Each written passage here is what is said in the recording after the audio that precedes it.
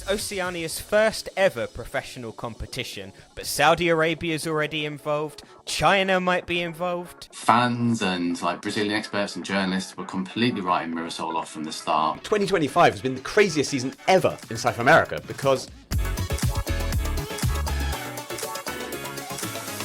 Hello, and welcome to The Sweeper, the World Football Podcast made in association with FIFA Plus. I'm Lee Wingate. And I'm Paul Watson. And for this episode, we're off to the Southern Hemisphere. We'll be bringing you the inside story from the OFC Pro League soft launch event later on. But to begin with, we're going to kick off the show in South America. And it feels, Paul, a little bit like a role reversal, because I was the one at the OFC event.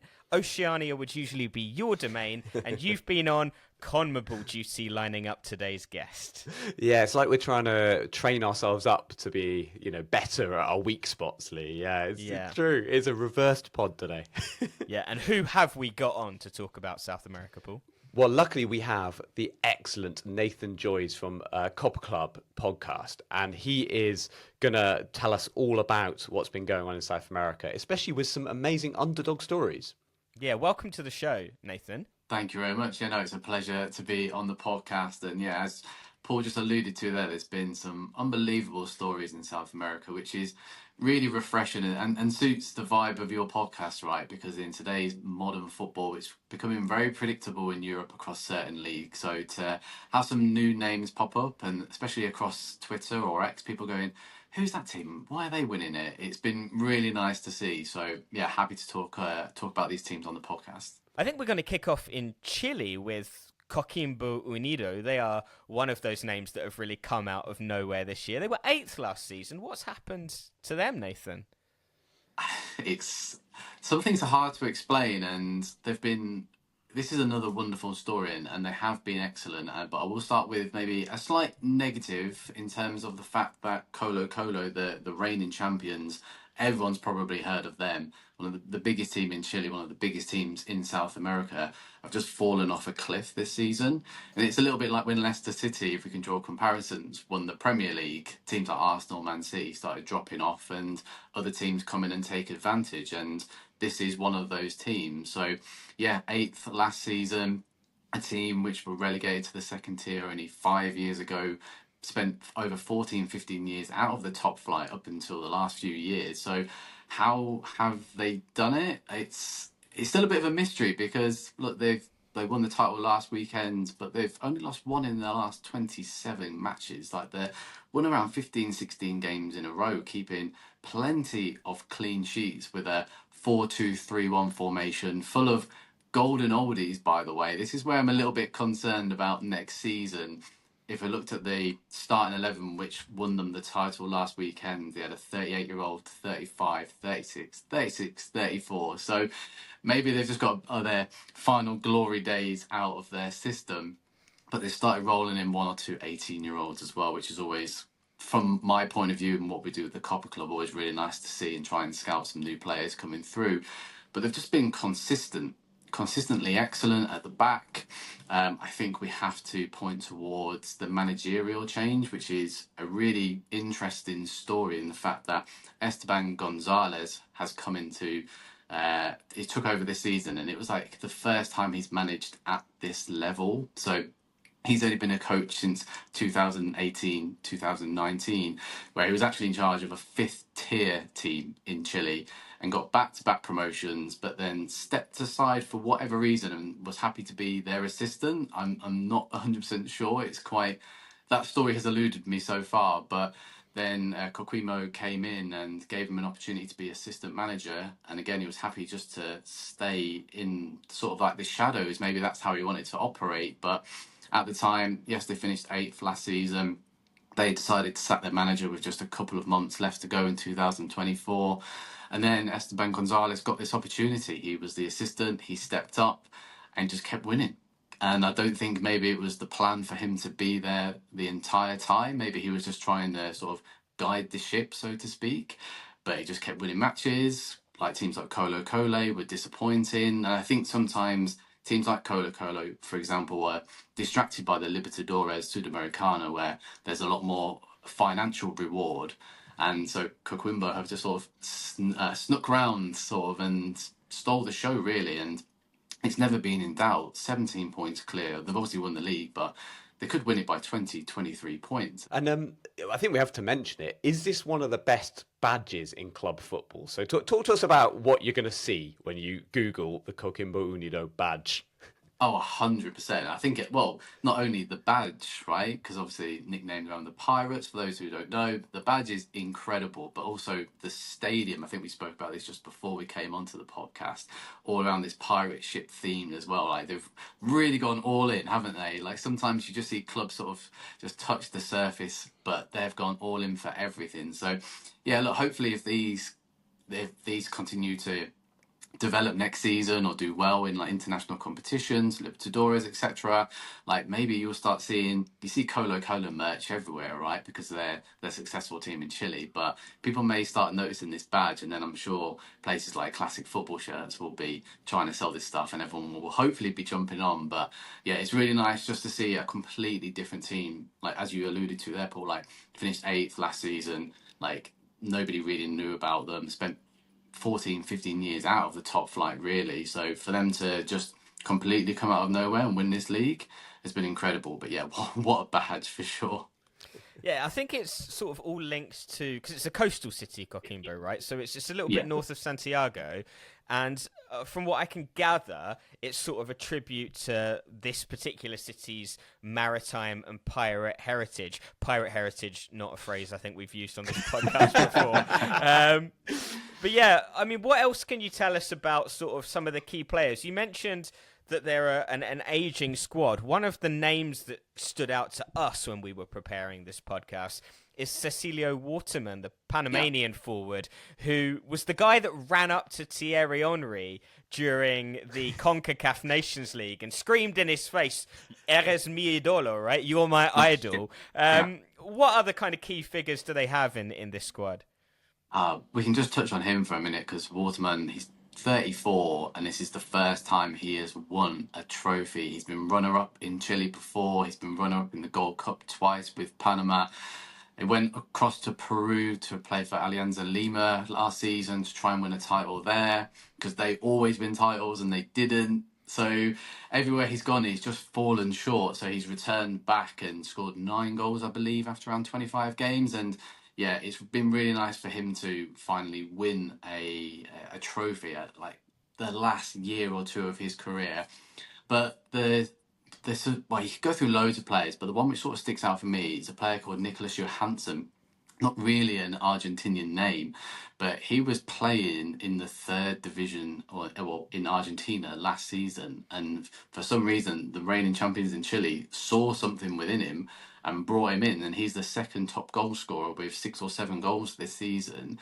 I have no idea about their scouting there, but they've obviously done an incredible job to pick him out because Waterman is their top goal scorer, but he's their 2nd top goal scorer, and he largely comes off the bench because they only play with 1 striker. So not a traditional Argentinian name, not a traditional scouting method either, but to go from the 3rd tier of Argentinian football, which isn't a great standard, to them winning your first major trophy in Chile is highly impressive. So yes, defensively they've been strong, but I think Waterman and Johansson are players we need to bring up because they're the ones who have delivered at the other end of the pitch.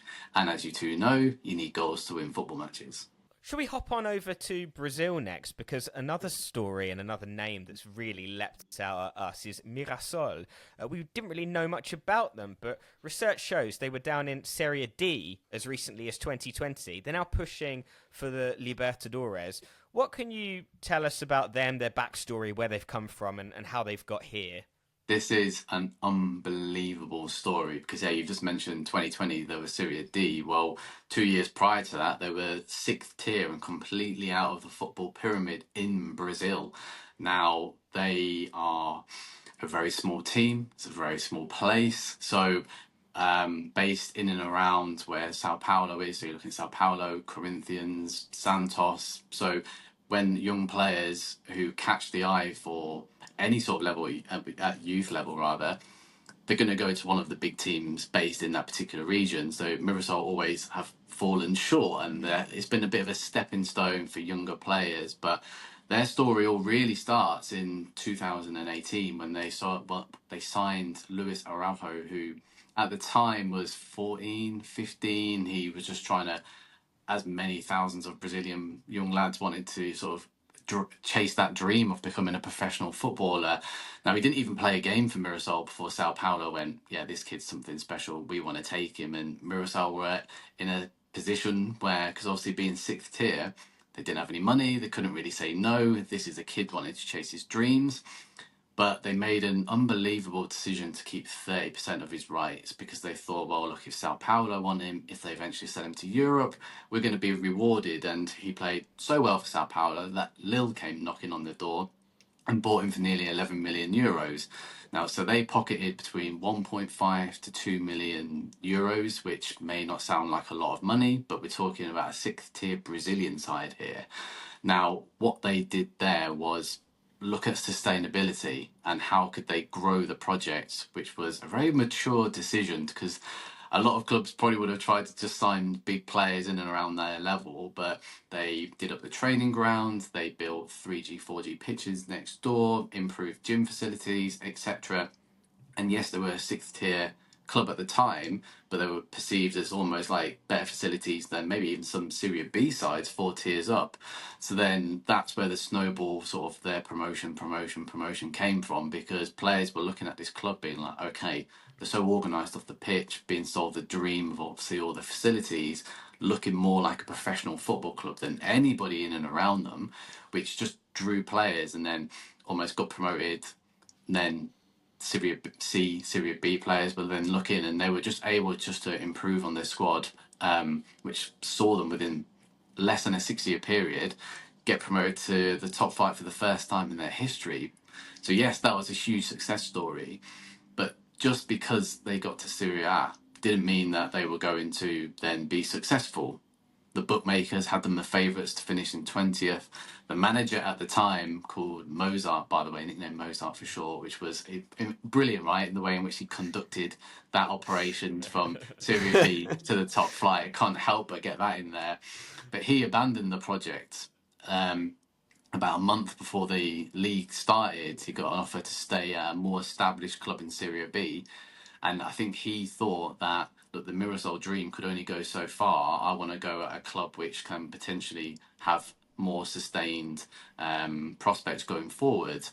But what a terrible decision that turned out to be, because they brought in Rafael Silva Guanes, who up until 2022 hadn't had a managerial job in Serie B or above. So like he had only started dabbling in that division and his record wasn't that good.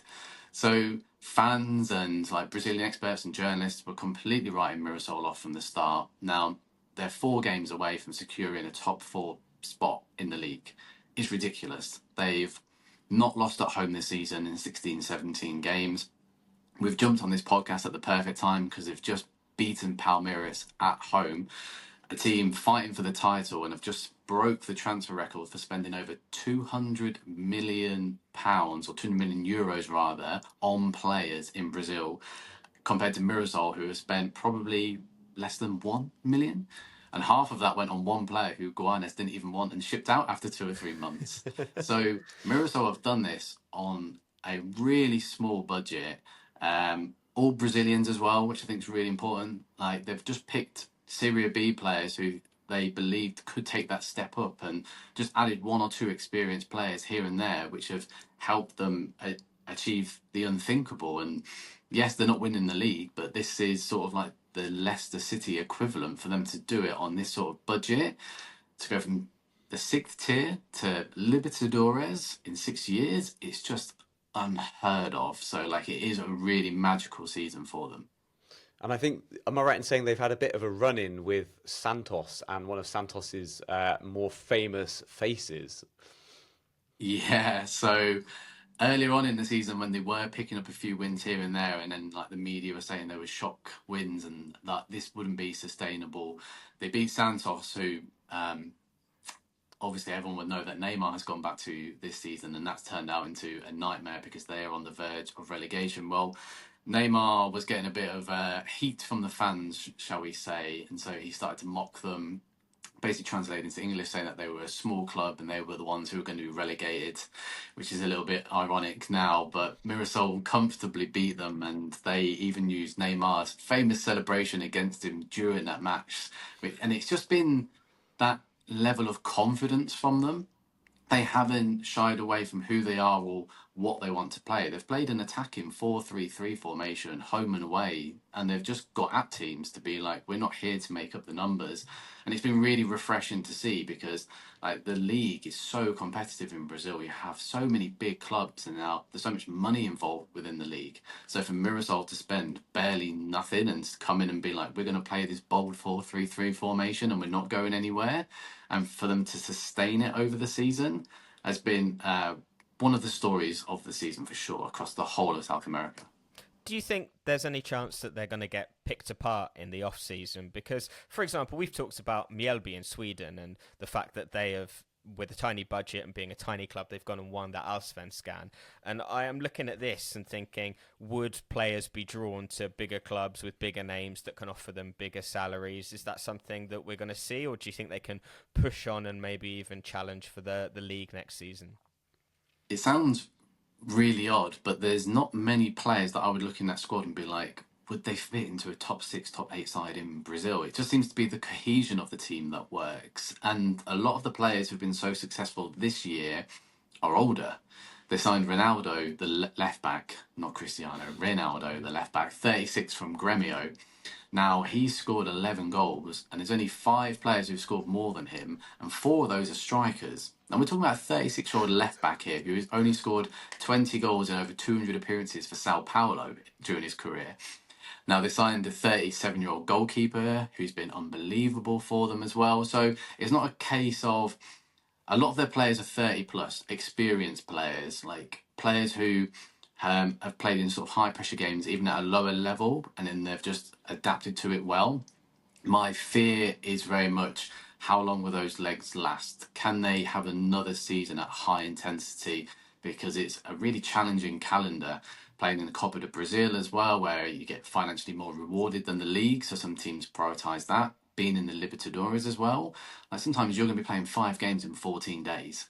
Now, if you've got quite an aging squad, it's going to be, I think it's going to be difficult to convince people to go, because I think they know that they're going to have 1 year in the Libertadores and then maybe fall off. We saw it with Fortaleza, who is it's not quite the Mirassol story, but a team who came from Serie B, high investment, looked at youth players, but like now you don't always get that time in the top flight to develop these players, or try and bring in a couple of like aging Brazilians as to what has normally happened. But Mirassol only signed Ronaldo. They didn't go out and buy any washed up Brazilians like you normally see, because there's normally slim pickings when you get promoted as to who wants to actually join you in the first place. So I am concerned about next season, but we're not there yet.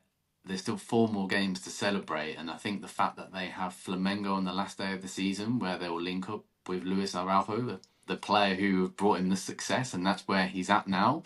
Flamengo going for the title and Mirassol trying to get 4th spot.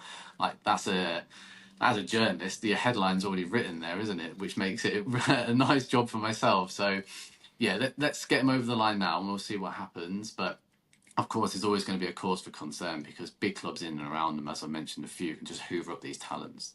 I think we wanted to touch on Argentina finally, because it seems to have been the year of the underdog in 2025. You had Platense winning the Apertura. That was their first ever title. You have Deportivo Riestra, who we talked about earlier in the season as making their players train on the beach at 3 a.m. They've been pushing for the Clausura title. And just recently, Independiente Rivadavia have won the Copa Argentina, their first ever major trophy. What is going on in Argentina? Is there something in the water? There might well be. I think it's very similar to what I said about Chile with Colo-Colo. I think the story from Argentina, yes, we want to celebrate the success here, but River Plate have fallen off a cliff. Boca have been struggling for some time now. So you have 2 massive teams there in transition. Then there's other clubs who have been trying to challenge them, like Estudiantes. They've been heavily investing as well, but they're finding their feet. Argentina isn't a country with a lot of money, even away from football. So these big clubs are churning out old players who are a little bit past it at the moment, like River Plate, Boca aren't the giants of what they were, and it's given opportunities to these smaller clubs, and they've taken full advantage. Like, someone who doesn't follow Argentinian football will look at the table and you'll be able to pick out 4 or 5 big names, but I can look at it now and I can't pick out a standout team. Like, there's such a level playing field in Argentina at the moment, and that's just because of the demise of big teams like River Plate, like Boca. Like, River Plate lost the Super Classico last night to Boca. That was their 9th loss in 11 matches. Like, when is that ever happened with a team as big as River Plate? So I think, yes, we need to heap praise onto these teams taking advantage, of course, but it's because the teams at the very top are in these huge transition periods at the moment. But it's great to see, right? We don't want to keep seeing the same old teams win year after year. So the fact that Argentinian football is now sort of remolding at the moment and taking advantage of this situation is great to see. Nathan, are there any other South American nuggets, any gems of stories that we might be missing? Because I know you're across all of the continent. I think my eyes are always naturally drawn to Bolivia because it's just chaos after chaos every single week in that particular region, whether it's the top tier or the second tier or just off-field dramas. I think the most fascinating part about Bolivia is the amount of dodgy deals which go on behind the scenes. Club Aurora this season were docked minus 33 points at the start of the season because a player was pretending to be his deceased brother, which was a ridiculous story. I don't even know who signed that off or who thought that was a good idea, but it would only ever happen in Bolivia. But I think even the other week, I can't remember who the teams are, so I'm sorry about this, but there was like 6 or 7 sending offs in one match alone, and it was like 8v8 at the end, and it ended up into like a 5-a-side training match. And it's just, you couldn't write these stories about what happens in Bolivia. Like, nothing surprises me much in football anymore, but when I get messages from trusted journalists, because I like to cover Bolivia as much as possible to bring these stories to life, every time I get a message about this particular region and new stories, and I'm like, Bolivia just doesn't fail to disappoint. It's definitely a look. If we're going to finish on a high there, the domestic leagues, there's always some sort of chaos behind the scenes and dodgy deals and paying off refs and players pretending to be players who are no longer with us. But Bolivia are on the verge of potentially going to the World Cup, so their national team, in and amongst all the chaos which is happening behind them, have rallied, and they have this opportunity through this new sort of intercontinental playoff, which is going to be, I'm sure you guys are going to cover, and I'm very excited about how this is going to sort of pan out. But for Bolivia to potentially get to the World Cup, considering 2 years ago their league was suspended for corruption at the highest level across multiple teams, that's a story within itself. So yeah, always keep an eye on Bolivia, but I tried to finish in a positive. I didn't want to like just tarnish Bolivia with a negative brush. I think you chose your words very carefully there when you said that we're ending on a high with Bolivia because, of course, such a big part of their success in getting to this position in the intercontinental playoffs for the World Cup is this crazy altitude and the stadiums up high that we've talked about so often. I will bid you farewell now, Nathan. Thank you so much for your time. Where can people find more brilliant South American football coverage from Copa Club? Yeah, so across Apple, Spotify, and YouTube, we do 2 podcasts a month. We focus a lot on Brazilian football, but we will be covering the Libertadores and the Sudamericana finals coming up. And yeah, we largely just look at, yes, we expose all these stories, but we largely look at players who you can scout, who's going to be moving across to Europe, why teams are so successful. So if you want to find, quote unquote, the next Neymar, the next Esteval, we're not a shouty podcast, we are honest, but we do talk about these players. But if you don't want to listen to my monotone voice, we have a Substack as well. So we'll write all about Mirassol's story, for example. Anything which happens in Bolivia will be on there as well. So, and that's free, so do subscribe if you can. All right, excellent. We'll put links in the episode description for that. Thank you, Nathan, so much for joining.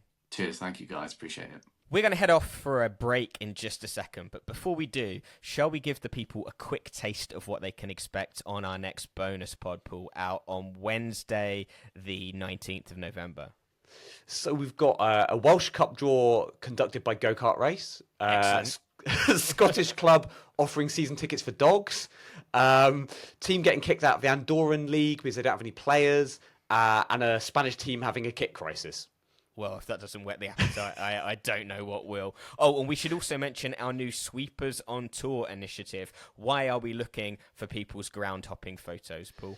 Well, if you send us your best ground hopping pics, we're putting them up on our socials, and obviously we're tagging you in and collaborating with you on those posts. And just it's really fun putting these amazing pics out into the world of the places you've been.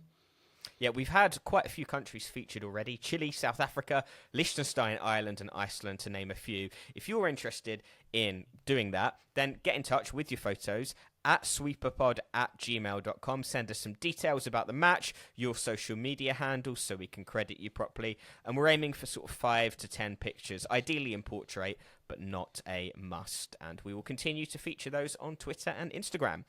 All right, time for a quick break now, and then we'll be back with all the latest from the OFC Pro League.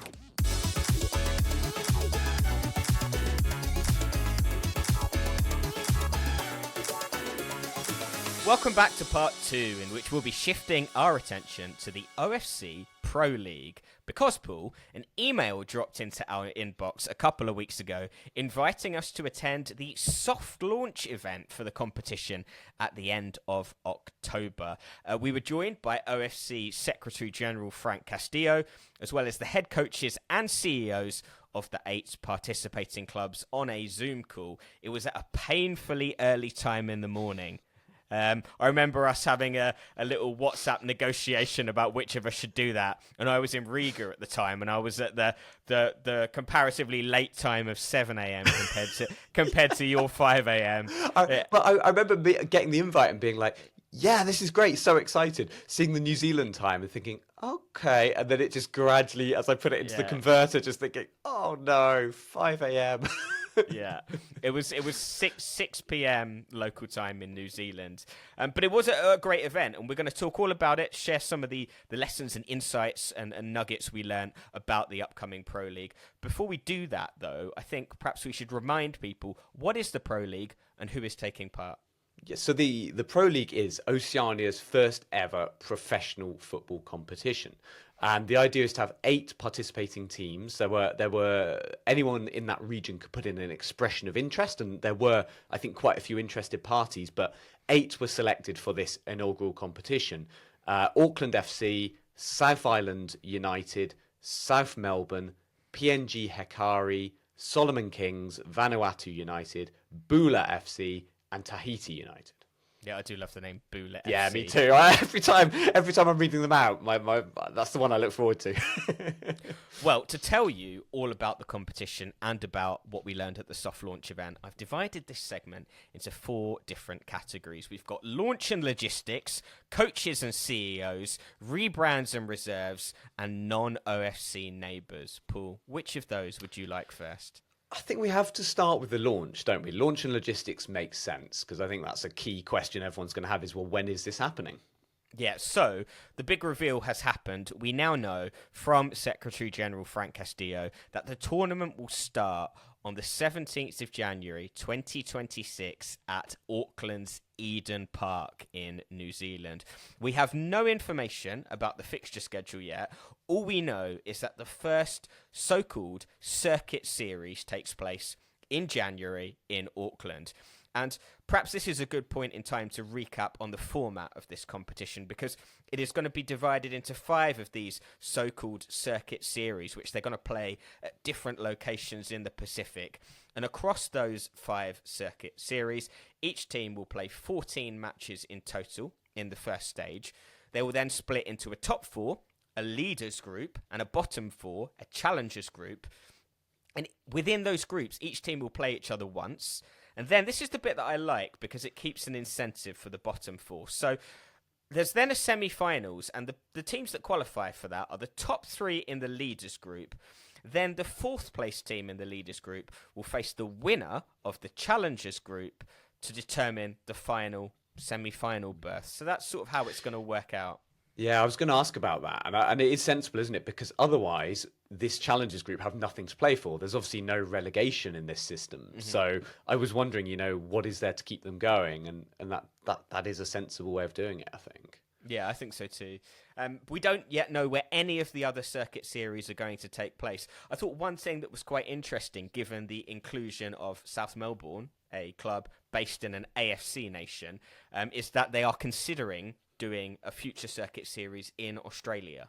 So it won't just be in OFC nations. There may also be future circuit series in Australia, but that will be determined in due course. I think some of the logistical details for this was really interesting because there was a question from a New Zealand journalist asking if the clubs would be given so-called preparation grants, because these are clubs starting from scratch. Famously, Oceanian football does not really have any money.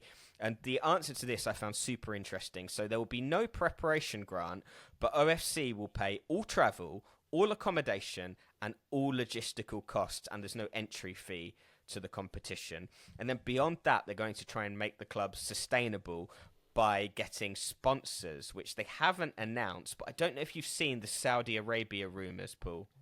Yeah, I did. I saw that there's talk of Saudi's tourism authority, isn't it? I think putting a huge for the region sum of money in to sort of help the tournament go, basically, isn't it? Yeah, and Frank Castillo got asked about that in the Zoom call, and he sort of ducked the question. But what was then quite interesting is it was basically confirmed during the unveiling of the Fijian club, Bula FC, who we talked about. It was confirmed that the Saudi Tourism Authority will invest close to $20 million. On the one hand, I understand it because they need money, but I'm just slightly uncomfortable with Saudi Arabia funding world football at the moment. But it's not just Saudi Arabia, to be fair, because several months back, the chairman of Solomon Kings, the new team from the Solomon Islands, his name's Don Marahare, said the club would need financial support and plan to reach out to Australia and China. And one thing I wasn't aware of is there seems to be a bit of a soft power battle in the Pacific at the moment, with Australia and China both competing for influence. And apparently this is now extending to football. And the new stadium in Honiara in the Solomon Islands was actually funded by the Chinese government. I didn't know that. Yeah, there's quite a big battle in Pacific Islands, certainly for that. So a lot of projects you see will be what they call friendship gestures from the Chinese government, for example. And obviously that is very directly a soft power thing. So sport is a real battleground for soft power, isn't it? And I'm not totally surprised. I'm also not totally surprised these nations need this, because it is a huge work here to get teams into place that can function in this tournament, and at such short notice. It's not starting in 2 years' time or something. This is starting January 2026. So they're going to need a lot of money, and they're going to need it fast. And when those parameters are put in place, you start to think about Saudi Arabia, you start to think about China, don't you? By the same token, though, Frank Castillo was at pains to emphasise the fact that this has been 8 years in the making. This plan has been around for a while. It was delayed by COVID, as so many things were. But we're really excited to see what it's going to be like. 17th of January 2026 is a date for your diaries. But now let's move on to Category 2, coaches and CEOs, because the part of this Zoom call that I enjoyed the most was having OFC trotting out the different coaches and CEOs of the participating clubs, and we got some great nuggets from these mini interviews. We're going to start with the Pacific Islands. We'll leave New Zealand and Australia until the end. Vanuatu United was by far my favourite interview. They turned up with an all-German management duo, coach Lars Hopp and CEO Christian Happel. Got some really interesting sort of insights from them. Lars Hopp said that one of the things that drew him the most to this project and this competition is the opportunity to build a project from scratch, which you don't often have in your career. The CEO, Christian Happel, was, he was just a very funny guy. He said, "I'm a massive Liverpool fan, but I'm so happy to be in Vanuatu that if Liverpool offered me a job, I'd turn it down." Wouldn't you love it if they called his bluff now? Yeah. And Liverpool have given up on Arne Slot and turned 2. Yeah. See if he's true to his word there, no? Yeah. Another club that stood out to me was Tahiti United. We've talked quite a bit about Tahiti, the French connection, the Coupe de France, all that sort of stuff. Well, they were the only team on this call that required an interpreter because they were speaking French. And quite funnily, she had her microphone off for one entire answer. So we just listened to her literally mime whatever the coach had just said. So we missed quite a lot of the Tahiti United information, but they are going to be looking to France to strengthen their ranks. I think they can call on up to 3 non-citizen players, so there might be a few French players coming over to Oceania for the competition. Ooh, that would not be a bad offer, would it, if that came in for a sort of provincial French player? I know obviously we see these sides in the Coupe de France, and they tend to struggle against fairly low league French players. So you think they probably would be able to attract some French players who can make a difference. Their coach Sam Garcia also said that he's really looking forward to having the players that he coaches for his national team on a regular basis, because he coaches the Tahiti national team. Likewise, the Bula FC coach Stefan Ovre coaches the Fiji national team, and he said, now I'm going to get my players every single day rather than 10 days per quarter, and that's going to enable me to establish a style of play, an identity, and a mindset. So super interesting that actually the Pacific Island national teams might benefit from this tournament too. They really might. I think the only people who might not benefit, I suppose, are the other clubs who aren't part of these clubs, if you see what I mean. Like those players who are now not part of that unit that are training together, and also not part of the club. But yeah, it could really strengthen teams like Fiji, couldn't it? This kind of setup. Hikari, PNG Hikari from Papua New Guinea just simply didn't show up for the call. That's not encouraging, is it? They lost the press conference 3-0.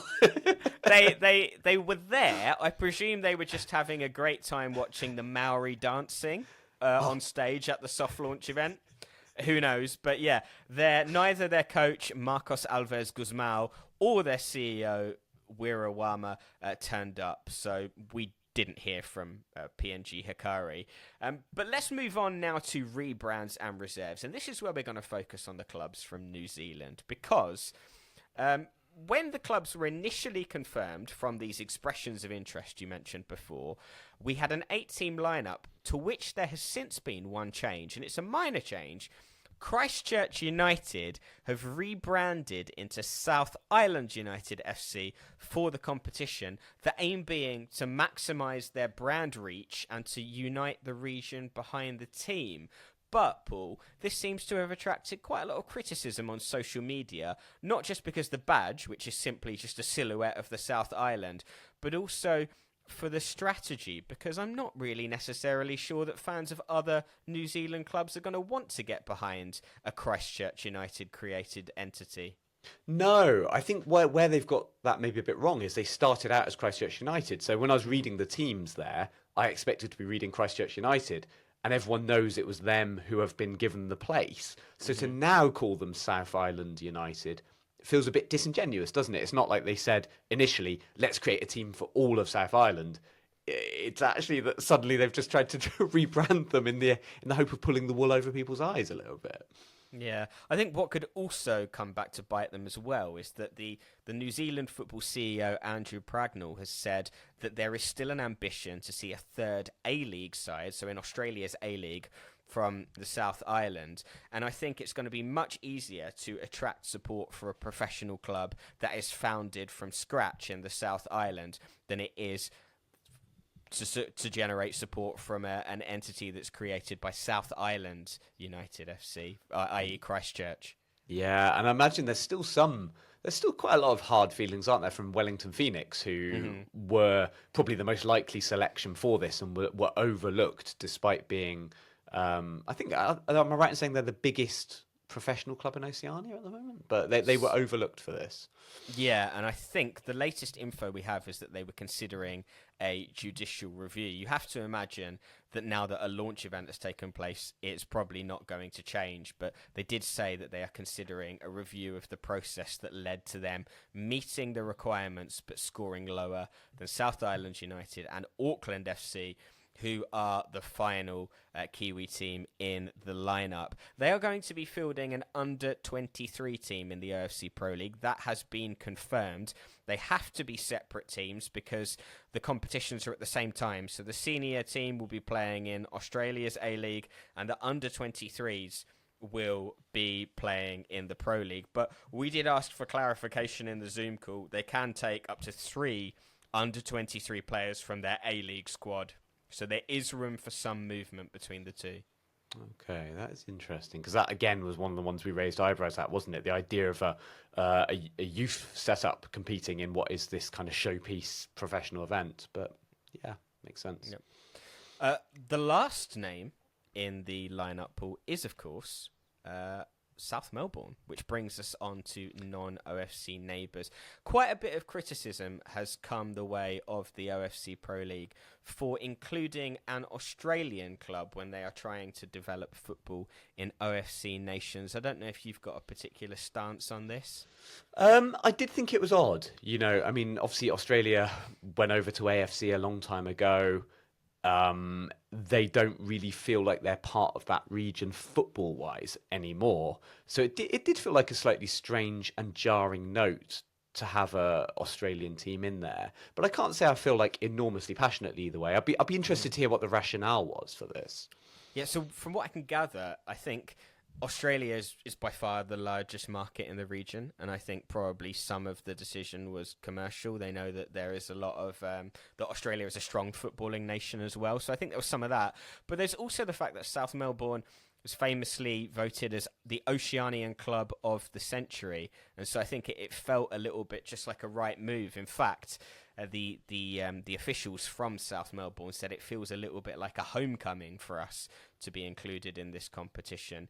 But the question I had for Frank Castillo in this Zoom call was, are they entitled to play in the FIFA Club World Cup and the FIFA Intercontinental Cup? Because if they win the tournament, this winner is entitled to represent Oceania in those tournaments, those global tournaments. He has confirmed that they are entitled to prize money, but that they cannot represent Oceania. So you could have a situation where, like, the runner-up in the league is the one that goes to the Club World Cup. Yeah, that would feel very odd, wouldn't it? Yeah, that would feel strange in itself. I'm glad you asked him that, because it was one of the real standout questions, wasn't it? And I mean, is there a potential they might host one of these circuit events in Australia? Yeah, I mean, that's going back to the first category. That is on the agenda. They're exploring it at the moment. I think it would probably be really helpful for South Melbourne because they've just obviously entered the Australian Championship. They're playing in their state league as well. So they've got a lot going on, and they are not going to be fielding a reserve team. They are expected to field a senior side. So I think, you know, one of the things that we've touched upon briefly about this tournament is the logistics of travelling around to these different places and going to various Pacific islands and being based there for several weeks at a time. So I think for South Melbourne, it would be hugely advantageous if they could have one of the circuit series on home soil, but that has not yet been determined. One of the things that I'm quite interested in at this moment in time, it is only a theoretical question, but they are in the Australian Championship, and if the Australian Championship opens up promotion and relegation, if they finally have enough clubs that they can do that, because at the moment they don't, it's a closed shop, but if they do enable promotion to the A-League, what would happen if South Melbourne are promoted and qualify for AFC club competitions as well via that route? I wonder if they then have to choose between the two. Would they have to drop out of the Pro League so they could concentrate on the A-League? I'm really not sure. Yeah, I wonder if anyone's even thought that far through. Maybe not. I mean, as you say, they need a few things to happen before that comes up. Maybe, like when you launch a competition like this, maybe partly what you're thinking is we'll troubleshoot as we go a little bit. I think that might be one of those ones. Yeah, I think there is going to be a lot of that. I think that pretty much brings it to an end for our OFC Pro League roundup. I think what we're going to do is, as it comes closer to the time, we'll do a preview of the teams. We might even have the opportunity to speak to some of them. So for now, we just wanted to bring you this update from the soft launch. But as we say, at the start of January, let's aim for the start of January, we'll do a little bit of a preview for the tournament. And at that point in time, we might know where some of the other circuit series are going to take place as well. But for now, Paul, let's move on to our end of episode game. Or before we do that, should we let people know when our next podcasts are out? What have we got coming up? Yeah. So we've got our Patreon episode, and that's coming out on Wednesday, the 19th of November.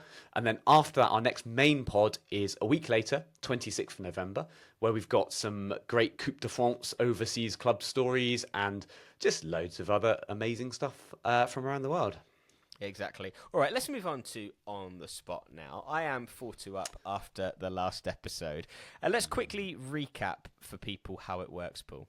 Each week we alternate whether it's me or Lee who does it. And we have 5 categories of increasing difficulty. You can choose a continent, a country, a city, a club, or a player. And you have to give a fact about that thing.